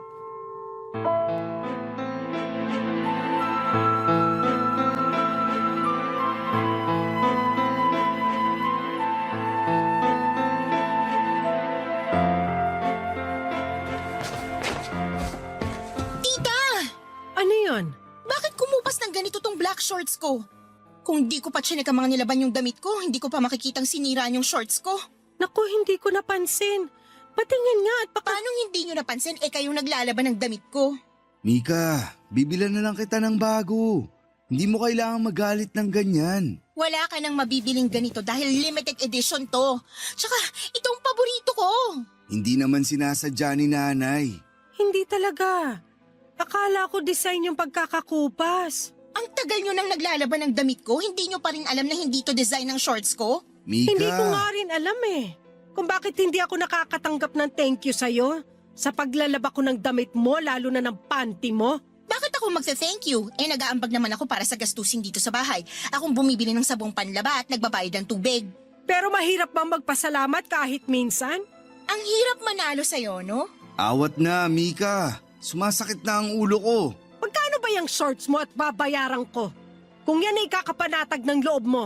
Hindi mo to afford, sigurado ko. Sabihin mo sa akin kung magkano. Kakayanin kong bayaran. Ipangungutang ko kung kailangan. Hahanap ako ng katulad niyan, Mika. Makakahanap tayo ng kapalit niyan. Huwag mo nang stressin ang loob mo. Paano hindi masistress? Kakauwi ko lang galing sa mahabang biyahe. Puyat at pagod. Tapos makikita ko na lang na nasira ng kulay ng paborito kong shorts. Naiintindihan naman kita. Pero nangyari na Ayokong tanggapin yung mga ganyan. Hindi pwedeng palagpasin na lang.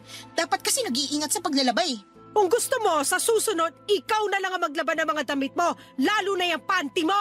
Pwede ko namang ipalaundry pero hindi na ako bibili ng sabong panlaba para sa mga damit nyo ni Nathan. Magkano lang naman ang sabon? Kaya ko nang bumili kahit hindi ka na mag-aambag. Panira ka ng araw? Mika, wag naman ganyan. Sorry Nathan kung emosyonal ako ngayon ha. Kahit sino kasi maiinis pag may nasira sa mga paborito niya. Pasensya ka na talaga, Mika. Sa susunod, hindi ko na papakailaman ang mga labada mo. Pwede nyo pa rin namang labhan pero sana naman ayusin nyo. I-check nyo muna kung kumukupas o hindi. Siguro naman alam nyo na hindi dapat pinagsasabay ang dekolor at mga puti, di ba? Alam ko namang hindi dapat. Good! Kasi baka pati yun hindi nyo pa alam. Hindi ko alam kung anong klaseng pagpapalaki ang ginawa sa'yo ng nanay mo. Pero sa nakasanayan ng pamilyang to, hindi ka pwedeng ganyan makipag-usap sa nakatatanda sa'yo. Sa panahon ngayon, may mga matatanda na hindi na dapat nire-respeto dahil baluktot lagi ang pag-iisip. Nagmarcha si Mika pabalik ng kwarto. Iniwan niya at binalibag ang shorts sa mesa. Nagulat kaming pareho ni nanay lalo na't natapon ang kape namin. Agad na pinunasan yon ni nanay. Tutulungan ko pa sana siya pero sinabi niyang sundan ko na lamang si Mika para makapag-usap kaming dalawa, Papa Dudut. Hindi ko noon alam kung ano ang gagawin para kong naistatwa sa nakita kong ginawa ni Mika. Hindi ako makapaniwalang magagawa niya yon. Pinilit ko siyang intindihin pero bakit sa tuwing ginagawa ko yon ay mas lalo ko siyang hindi nauunawaan. Pinilit ako ni nanay na puntahan si Mika. Sumunod na lamang ako dahil parang Nawala ako sa sarili dahil sa mga natunghayan ko ng mga oras na yon. Habang naglalakad pabalik ng kwarto ay napasulyap ako kay nanay. Masama ang loob niya habang nililinisan ang mesa kung saan ay natapon ang kape. Umabot na yon sa sahig. Nasaktan ako sa mga nakita ko, Papa Dudut. Kaya nagmadali na akong pumasok sa kwarto. Lumaking walang ina si Mika, inampun siya ng kanyang tiyuhin na pinahirapan naman siya hanggang sa paglaki. Kaya yon lagi ang isinisiksik ko sa utak ko sa kung bakit hindi kayang makisama ni Mika kay nanay. Nakwento ko rin yon kay nanay kaya ganon kahaba ang pasensya niya kay Mika dahil naaawa ito sa nobya ko. Pero paano ba namin siya patuloy na uunawain kung hindi naman niya nahihilom ang mommy issues niya? Laging tinatanggihan ni Mika na pag-usapan at ayusin ang naging sugat nito sa kanyang ina.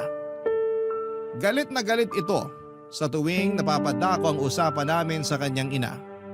Pero sa tingin ko ay kailangan na naming ayusin yon para maging healthy na ang pakikisama niya hindi lang sa nanay ko kundi pati na rin sa ibang tao.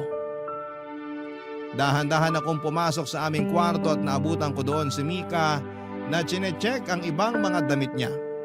Noong napansin niya ako ay agad siyang nagsumbong sa akin, Papa Dudut.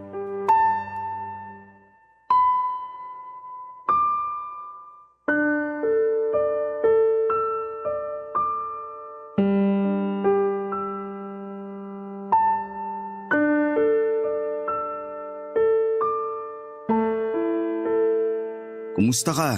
Naiinis pa rin, obvious ba? Hindi mo naman kailangang magalit ng ganun para lang sa shorts. Nilalang mong shorts ko ay pinaghirapan kong bilhin yon sa Singapore. Naiintindihan ko naman. Pero ang hindi ko maintindihan, kung paano mo kinumpronta ang nanay ko. So kinakampihan mo na siya ngayon, kahit alam mo na siyang mali? Nagkamali si nanay sa paglalaban ng shorts mo. Pero mali rin ang pagsagot mo sa kanya. Hindi obligasyon ni nanay na laban ang mga damit mo. Pero dahil tinanggap ka niya sa bahay namin, kaya dinamay na rin niya ang labada mo. Parang utang na loob ko pang pagpapatira mo sa akin dito ah. Sino bang namilit sa atin na magsama na tayo? Di ba't ikaw naman? At hindi ko pinagsisisihan yun. Masaya ako na kasama ka sa iisang bahay. Pero sana, matuto ka rin makisama sa mga mahal ko sa buhay. Paano naman ako? Bakit hindi ako pinapakisamahan ng nanay mo? Pinapakisamahan ka naman niya. Masyado lang malalim ang sugat ng pag-abandona sa'yo ng nanay mo. Kaya negative lagi ang tingin mo sa tuwing may nanay na lumalapit sa'yo. Ibabalik mo na naman ba yung mommy issues ko? Kasi gusto kong ayusin mo na yan. Para rin naman sa sarili mo eh. Wala kang alam kung ano pinagdaanan kong hirap nung inabandona ako ng nanay ko. Kaya wala ka rin karapatang pilitin ako para ayusin kong sugat na hindi naman ako may gawa. Oo, andun na tayo. Mali ang nanay mo sa pag-iwan niya sa'yo. Pero tandaan mo na responsibilidad nating hilumin ang mga sugat natin para hindi na tayo makasugat ng ibang tao. Para sa ikabubuti din natin yun. Nilaso na naman ang nanay mong utak mo. Ha? Paanong nadamay dito si nanay? Sarili kong pananaw to. Magkampihan pa kayo. Lagi nyo na lang ako pinagtutulungan dalawa. Akala nyo ba hindi ko napapansin yon? Paano bang pinagtutulungan? Ikaw lang ang nag-iisip niyan. Sobrang lalim na ng issues mo, Mika. Sige, i-gaslight mo pa ako. Hindi kita ginagaslight. Ikaw na nga itong nagsabi sa akin dati na hirap kang makisama sa mga nanay dahil di mo alam kung paano magkaroon ng isang ina. At ginagamit mo pang trauma ko para i-gaslight ako? Ang galing mo naman. Akala ko totoong mahal mo ako. Hindi pala. Mahal kita. Kaya gusto kitang suportahan kung sakaling plano mo ng talikuran ng issues mo. Mahal na mahal kita, Mika. Kung mahal mo ako kakampihan mo at hindi ang nanay mo. Hindi naman pwede yan. Ganyan ka ba kamamas boy? Lumulugar lang ako sa kung ano ang tama. Ilugar mo ko ng tama sa buhay mo. Sino bang pipiliin mo? Ako o ang nanay mo? Bakit kailangan nating umabot dyan? Nanay mo o ako? Mika, Patunayan mo sa akin na akong pinakamamahal mo sa lahat. Lagi mo sinasabi yun sa akin, di ba? Nanay mo o ako? mahal kita, Mika. Nanay mo o ako? Mamili ka! Si nanay.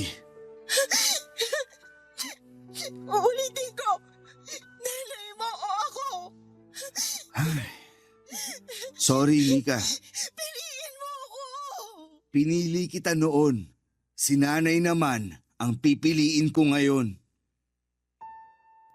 Tinitigan ako ni Mika at hindi siya makapaniwala na pinili ko si nanay kesa sa kanya. Nagwala siya at sinabayan ng iyak. Wala akong lakas para pahintuin siya, Papa Dudut. Nasasaktan akong makita siyang ganon dahil mahal na mahal ko siya. Pero may hangganan ang pagtitiis kahit gaano mo pa kamahal ang isang tao. Nang mapagod siya ay kinuha na niya mga damit niya at sinilid sa maleta. Nagmadali na siyang umalis nang walang paalam. Marami pa siyang damit na naiwan at nagkalat yon sa sahig. Dinampot ko at saka tiniklo. Binalik ko sa pagkakasalansan sa cabinet. Naisip kong isoli yon kapag nakahanap na siya ng bagong matitirhan. Nasa kalagitnaan ako ng pag-aayos nang marinig kong pumasok si nanay sa kwarto. Hindi siya muling kumatok. Inihingi niya muli yon ng tawad sa akin, Papa Dudut. Ngumiti lamang ako para ipalala sa kanya na hindi na niya kailangang kumatok pa. Pinapasok ko siya. Napansin ko sa mga mata niya na alam na nito ang nangyari pero hindi na lamang siya nagsalita tungkol doon. Hawak-hawak nito ang isang tub ng sorbetes na inorder kay Mang Larry. Dumating na pala. May dalawa din siyang kutsara at 2 mug. Inaya niya akong umupo sa gilid ng aking kama para pagsaluhan namin ang sorbetes. Sumunod naman ako at nilagyan niya ng sorbete sa mga baso namin at saka inabot sa akin ang isa. Tahimik naming kinain yon habang nakatulala sa bintanang kaharap ng aking kama. Payapa. Iyon ang nararamdaman ko noon. Kahit may kirot, pero payapa ang isipan ko. Tama ang naging desisyon ko. Itutuloy ko na yon. Maraming salamat po sa pagtampok ng aking kwento sa inyong programa at sana'y nakapagdala ako ng aral sa lahat ng mga nangangailangan. Abangan kong mapanood ito sa inyong YouTube at muli buong puso ako nagpapasalamat sa inyo sa Barangay LS 97.1. Ang inyong kabarangay forever, Nathan.